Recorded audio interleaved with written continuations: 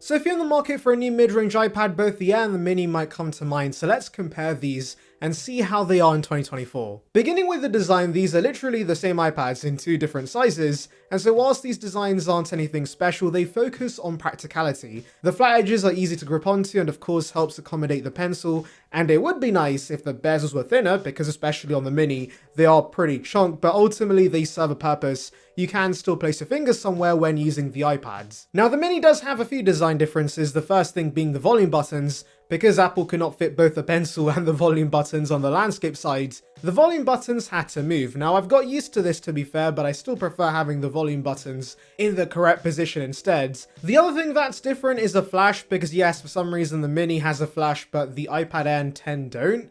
But anyways, there's that I guess. Specifically coming to the sizes, this is obviously the biggest physical change between these two iPads, and for those wondering which one is better for you, I would recommend you guys go try these out in person. I know it's a cop-out answer, but everybody has their preferences. But here's what I think, guys. The Mini is your quintessential iPad. It's the iPad in its truest form, and if you're genuinely only going to be using this for watching content, reading books, playing games, etc., the portable form factor is quite nice. The Air, on the other hand, is similar to every other iPad in the range in that, of course, it can be a computer replacement for many. For example, I'm sure there's many students watching this video wondering which one to get, and you should just get the Air because the larger screen for note-taking does make a difference. Not only that, but for video or photo editing or anything that's not typical tablet usage, the bigger display makes sense, and remember Apple sells keyboards for the Air, whereas they don't for the Mini, so that perfectly illustrates which user base should buy which iPads. Anyways, let's continue with the comparison and talk about the display,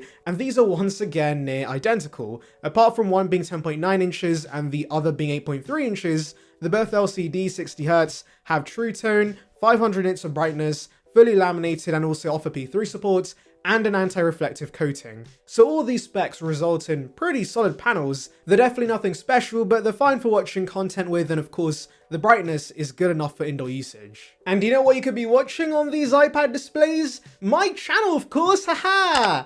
I apologize for the horrible segue, but I would still appreciate a sub to the channel because it would bring you the latest about Apple right to subscription box, so please consider it. It's absolutely free. Join the saranbyte gang now. Moving to the SoC, this is probably the biggest difference between these iPads because unlike in previous years where the Mini and Air basically have the same chipset, this generation of Air has the M2 with 8 gigs of RAM and the Mini has the A15 with 4 gigs of RAM. Now do remember at the time of filming, the Air has just been updated with a new chipset, whereas the Mini is due a spec refresh in September. Based on leaks, it should be getting the A17 or the A18, but ultimately the M2 and the Air is a much more powerful chipset. However, here's the thing guys, whether you need this power all depends on what you plan to do with these iPads. Because if you're solely going to be using this for light tablet usage, or even do things like gaming and looking up notes for school, etc., both iPads do this without breaking a sweat. The Mini is still very powerful, and so don't be swayed by the fancy M series chipset in the Air and how much more powerful it is on paper. Really, the only reason you should consider the Air is if you plan to do things like photo or video editing. Now again, I want to emphasize, the Mini can technically do these things, but coupled with the bigger screen, having the extra performance is quite handy since for one, Final Cut only works on M series iPads, but also remember that for apps like Procreate, I'm pretty sure the M series iPads support more layers for those who plan to do artwork on your iPads. And so for basically any creative workflow that can benefit from the extra performance, go with the Air, and do remember iPadOS offers some additional features that only work with M series iPads like Stage Manager and proper external display support. However, don't let this sway you away from the iPad Mini because it is still very mighty, and like I said earlier, if you're only doing iPad things, the performance here is completely fine. I have had no performance issues with the Mini. YouTube, Netflix, Reddit, Twitter, any regular social app works completely fine, and I'm sure that's going to remain the case for the next few years. In fact, this applies to both iPads. The great thing about Apple putting these insanely powerful SoCs in these products is that they should get years of updates, and they should stay fast for the foreseeable future. Yes, the Air will get a few more years of additional support over the Mini because of the additional RAM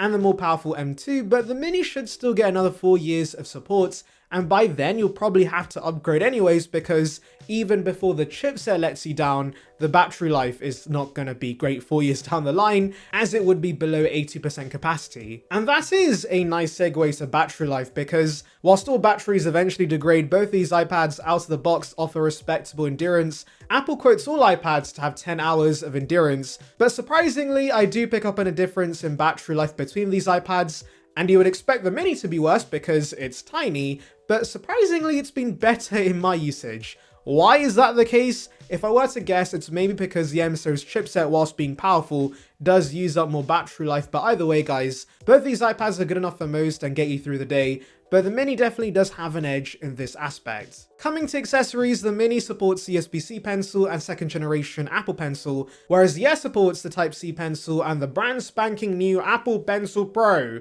Of course, this does mean the Mini misses out on a bevy of new features the new Pencil offers, like a squeeze gesture to bring up a tool palette, a gyroscope that allows you to rotate the pencil for brush tools, haptic feedback, and also Find My support. But the second gen Pencil also is still fantastic for the basics and can be found for much less. In fact, I would recommend it over the similarly priced USB-C Pencil because that lacks wireless charging. Keyboard-wise, the Mini does not have many keyboard options because imagine how cramped that would be, but personally, I don't see this as a major con because, frankly speaking, who wants a keyboard for an 8-inch tablet? That would be kinda dumb, and as I said, this is not supposed to be a computer replacement, and so if you're thinking of pairing a keyboard with your iPads, get the Air instead. It's as simple as that, guys. Quickly touching on the cameras, everything is near identical for the most part. It's the same rear camera, so they're both solid for scanning documents. The Mini does have a flash for some reason, as I mentioned before, but the front-facing camera, both are exactly the same with center stage, so it follows you around the room on calls. That always blows my mind, though do remember with the Air it's now in a landscape orientation, which I admit is a legit upgrade. Both have Touch ID, which I do prefer over Face ID because I often block the Face ID sensors on the Pro models, and so pressing the home button is way more convenient, and both also have the same stereo speaker arrangement. Obviously the Air with the bigger chassis sounds better, but the Mini is still respectable in this aspect. Now the Air does have near Wi-Fi and Bluetooth standards, but I've had zero issues with both in this aspect, and they also support 5G if you really need that, but honestly I would just get the Wi-Fi version and stick to hotspotting off your iPhone when needed. The USB-C port is slightly faster on the Air, but once again, whether you need this depends on your use case. Personally, I'm only using the port to charge the device, and so the iPad Mini's USB-C port has been completely fine. Now I do want to finally mention, yes, I'm aware the Air 6 has one crucial upgrade, and that's double the storage. It starts with 128 gigs now and can be maxed out to 1 terabyte if you have overkill storage needs. But as a rebuttal point, I would say that if your needs are basic, 64 gigs on the Mini is actually just about enough for most.